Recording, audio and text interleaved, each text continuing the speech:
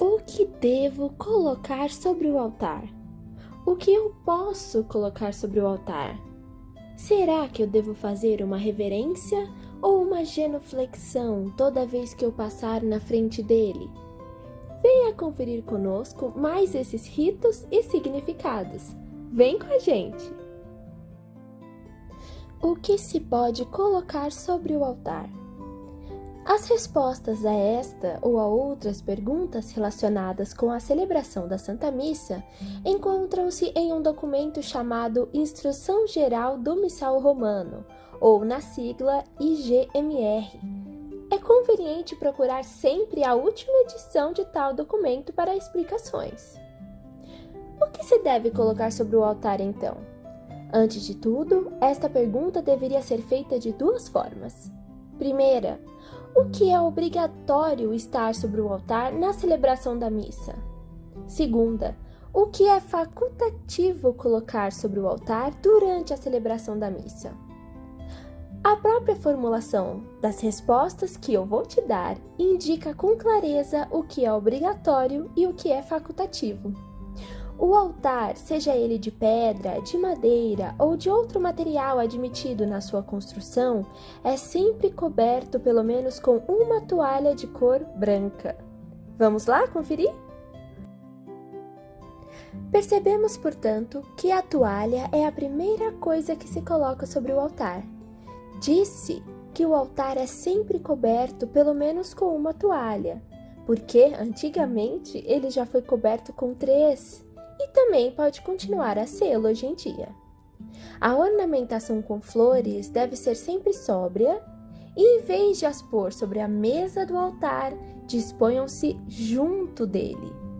As flores são, portanto, uma coisa facultativa. Podem ser colocadas sobre o altar, mas é preferível dispô-las ao lado dele.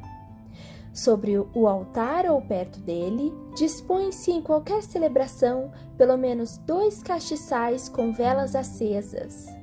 Aqui, portanto, temos a segunda coisa que pode ser facultativa, os castiçais com velas, que podem ser postos sobre o altar ou perto dele.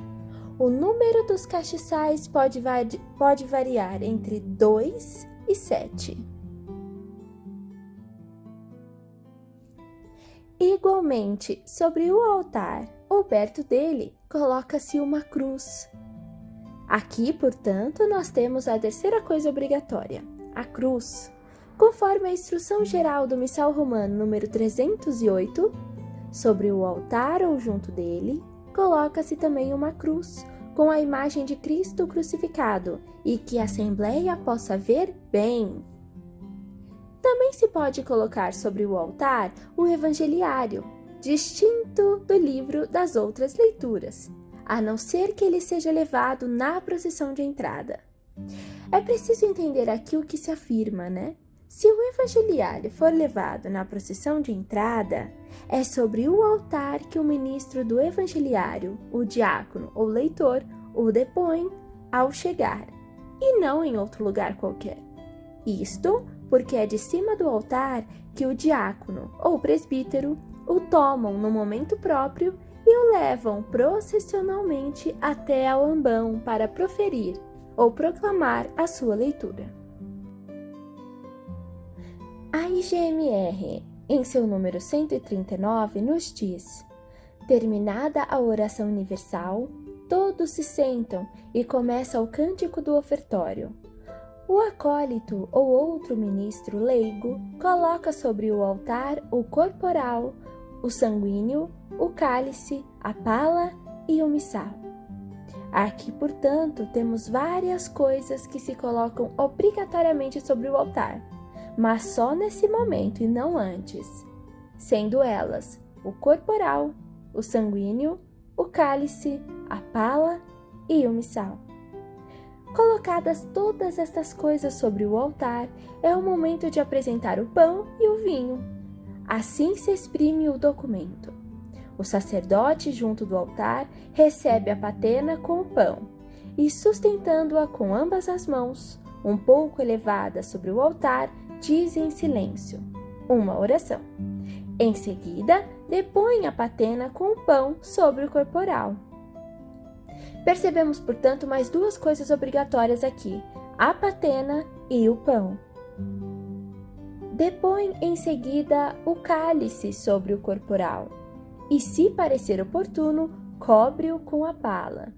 Percebemos, portanto, mais três coisas obrigatórias: o cálice, o vinho e a água. Mas a pala, olha só, ela é facultativa. No caso de haver vários concelebrantes e muitos comungantes, em vez de uma só patena com pão, pode haver outra ou outras com hóstias grandes, que serão partidas ao meio na fração do pão, e várias âmbulas com hóstias pequenas. Sobre a mesa do altar, apenas se podem colocar as coisas necessárias para a celebração da missa. Não se devem colocar sobre o altar muitas coisas que aí se veem, como papéis, revistas, mais papéis e papelzinhos, e muito menos cestos ou pequenas bolsas com a oferta dos fiéis. O altar deve merecer o máximo de respeito e a maior veneração. Não é ele o símbolo da mesa da última ceia, onde Jesus celebrou a sua Eucaristia? Além disso, devem dispor-se discretamente os instrumentos porventura necessários para amplificar a voz do sacerdote. A instrução neste caso refere-se, obviamente, aos microfones. E ela nos diz duas coisas: disponham-se discretamente, mas só quando forem realmente necessários. Discretamente quer dizer de modo a não chamarem a atenção para eles, pelo seu volume e dimensões. Fora da celebração, o altar deve estar apenas revestido da toalha. Quando muito, admite-se que num dos lados se coloque discretamente um pequeno arranjo de flores. Mais nada. Ele, o altar, é que deve atrair as atenções de quem entra na igreja e compreende o seu simbolismo. É sobre ele, enquanto mesa de uma refeição e altar de sacrifício, que se tornam realmente presentes o corpo e o sangue de Cristo, tal como Jesus afirmou diante dos seus discípulos. Nós vimos que um item obrigatório sobre o altar é a cruz. Mas por que sempre há um crucifixo nos altares? Será que existe mais alguma razão? Vamos conferir? No centro da ação litúrgica da Igreja está Cristo e seu mistério pascal. Portanto, a celebração litúrgica deve tornar evidente esta verdade teológica. E quase sempre o símbolo escolhido pela Igreja para a orientação do coração e da mente do cristão durante a missa ou a liturgia é a representação de Jesus crucificado. O crucifixo é o principal elemento sobre o altar, porque a missa é o santo sacrifício, memorial da paixão, morte e ressurreição do Senhor. Antigamente, a liturgia prescrevia o costume de que tanto o sacerdote quanto os fiéis se posicionassem na direção do crucifixo durante a missa. O crucifixo era colocado no centro do altar, que naquela época ficava ligado à parede.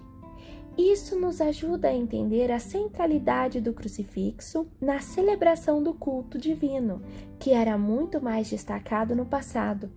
De fato, a presença da cruz na celebração da missa está certificada desde o século V.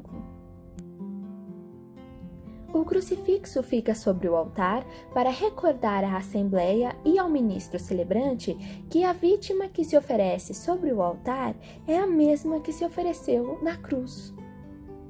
Portanto, nunca podemos perder de vista que a missa é um sacrifício, aspecto este que pode se perder quando a celebração se converte em uma festa que só leva em consideração a ressurreição do Senhor, esquecendo-se do seu sacrifício expiatório. Não podemos nos esquecer de que não há ressurreição sem cruz. O crucifixo no centro do altar nos indica que o sacerdote celebra a missa frente a Deus e não como um protagonista diante do povo. A cruz tira o protagonismo do Padre e o dá a Cristo. Assim, tanto fiéis como sacerdotes vivem a missa olhando para Deus. A liturgia não é um diálogo entre sacerdote e assembleia. Sacerdote e povo não dirigem um ao outro sua oração. Muito pelo contrário, eles juntos a dirigem ao único Senhor. Olhar para o crucifixo é uma oportunidade para caminhar com o olhar dirigido a Jesus.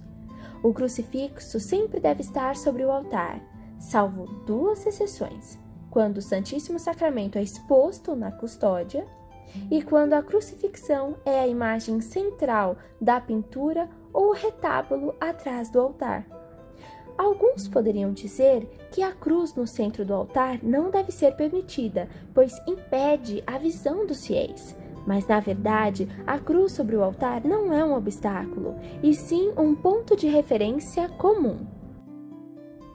E com relação às velas, quantas delas devem estar sobre o altar?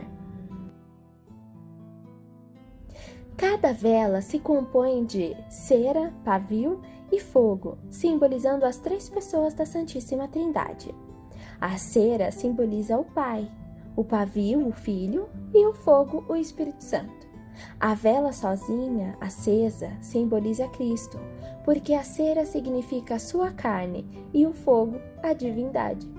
As 2 velas colocadas no altar, mandadas pelo ritual romano, têm sua origem no Antigo Testamento, quando o rei Salomão fez 2 castiçais de ouro e os pôs no altar do templo, um de cada lado. Nesse capítulo, fala-se do candelabro que Deus mandou fazer para o templo. Desde então, foi sombra ou figura para a lei da graça, porque Cristo, na noite da ceia, também dispôs as luzes para este sacrifício. Os 2 candelabros representam o povo gentil e o povo judeu. O fogo simboliza a fé. Simboliza também a alegria dos povos no nascimento do Senhor.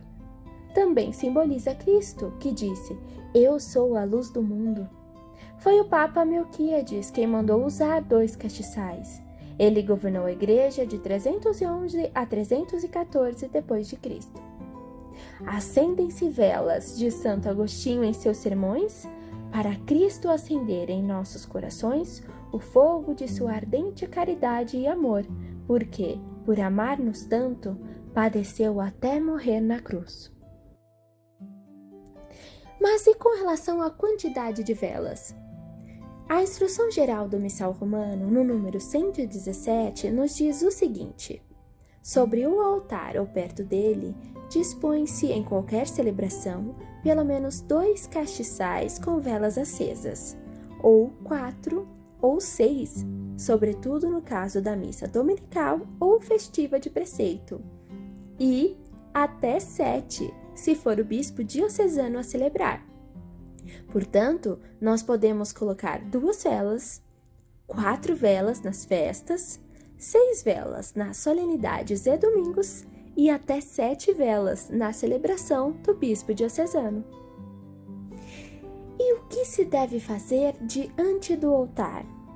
Genuflexão ou inclinação? Vamos descobrir? São gestos bem simples, mas que unem toda a igreja. Algumas pessoas dizem: já vi padres se ajoelharem diante do altar e outros apenas fazerem uma inclinação de cabeça. Qual é o certo? Bom, eu vou te contar que os 2 casos estão certos. No entanto, eles seguem uma prática específica. Quando o sacerdote chega ao altar, supõe-se que veio da sacristia e se dirigiu para esse altar integrado na procissão de entrada. Nesse caso, IGMR número 121 nos diz assim: enquanto a procissão se dirige para o altar, canta-se o cântico de entrada. A procissão é formada pelo presidente e ministros. E a própria instrução no número 122 continua a nos dizer assim: ao chegarem ao altar, o sacerdote e os ministros fazem uma inclinação profunda, também chamada de vênia. E a quem essa inclinação é dirigida? Naturalmente, ao altar, que vai ser o centro da celebração e junto do qual se encontram todos reunidos.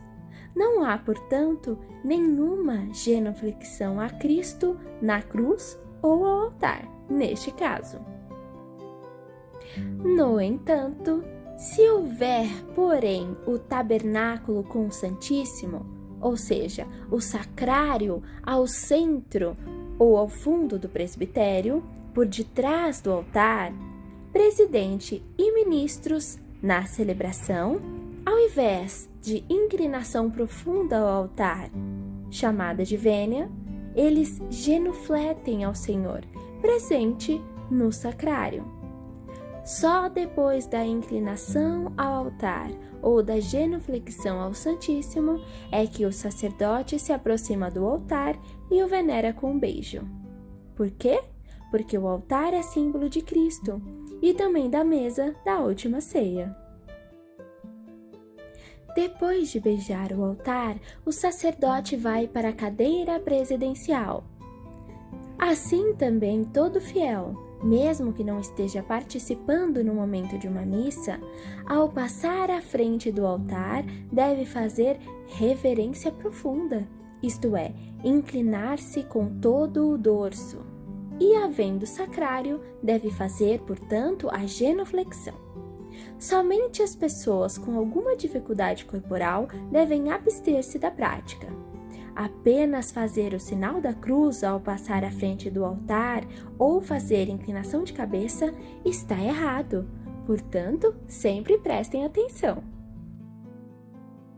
Vamos conhecer agora algumas posições feitas pelos fiéis na missa e que às vezes nos trazem dúvidas. A primeira delas é a seguinte: o primeiro gesto que se faz é o de cabeça. Ele deve ser feito ao nome de Nosso Senhor, de Nossa Senhora, do Santo do Dia e do Santo Padroeiro, e também quando se diz o nome das três pessoas da Santíssima Trindade, Pai, Filho e Espírito Santo, de forma conjunta.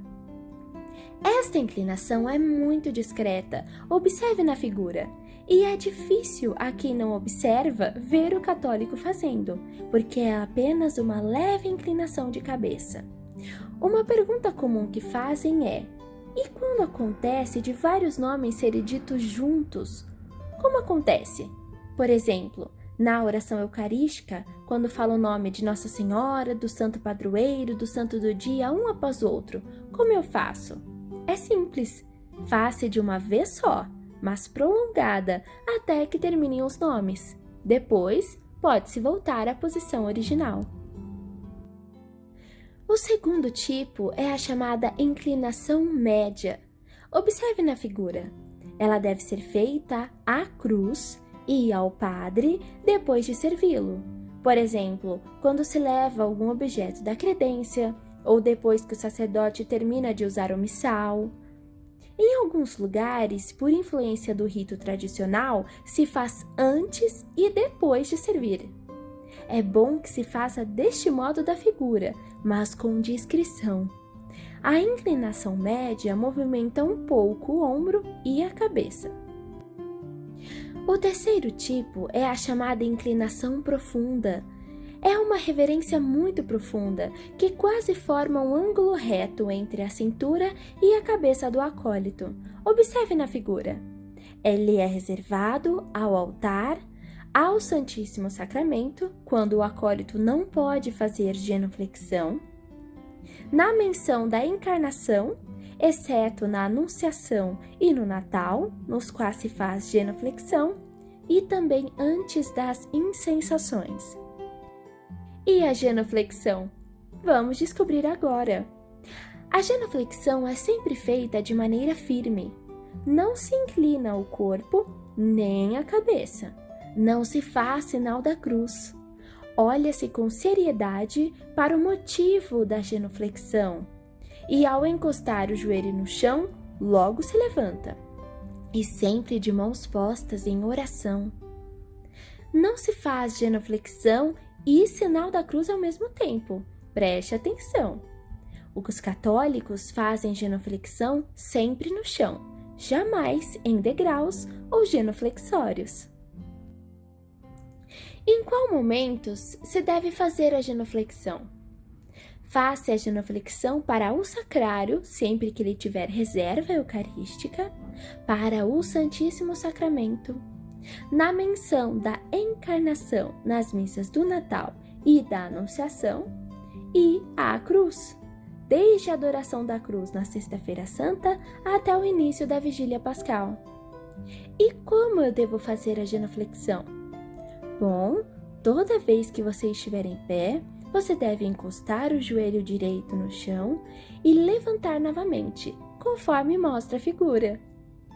A genuflexão é feita com a coluna e a cabeça retas. Você deve sempre olhar para o que se refere à genuflexão, seja ao sacrário ou ostensório, ou você deve fazer com um olhar baixo, contrito. Ou seja, não se inclina a cabeça ou o corpo para genufletir. E as mãos devem ficar sempre juntas, em forma de oração. Lembrando que quem tiver algum tipo de deficiência corporal, a genuflexão não é obrigatória. E este foi o nosso Curiosidades Litúrgicas de hoje. Esperamos que você tenha gostado. Um abraço e até o próximo assunto!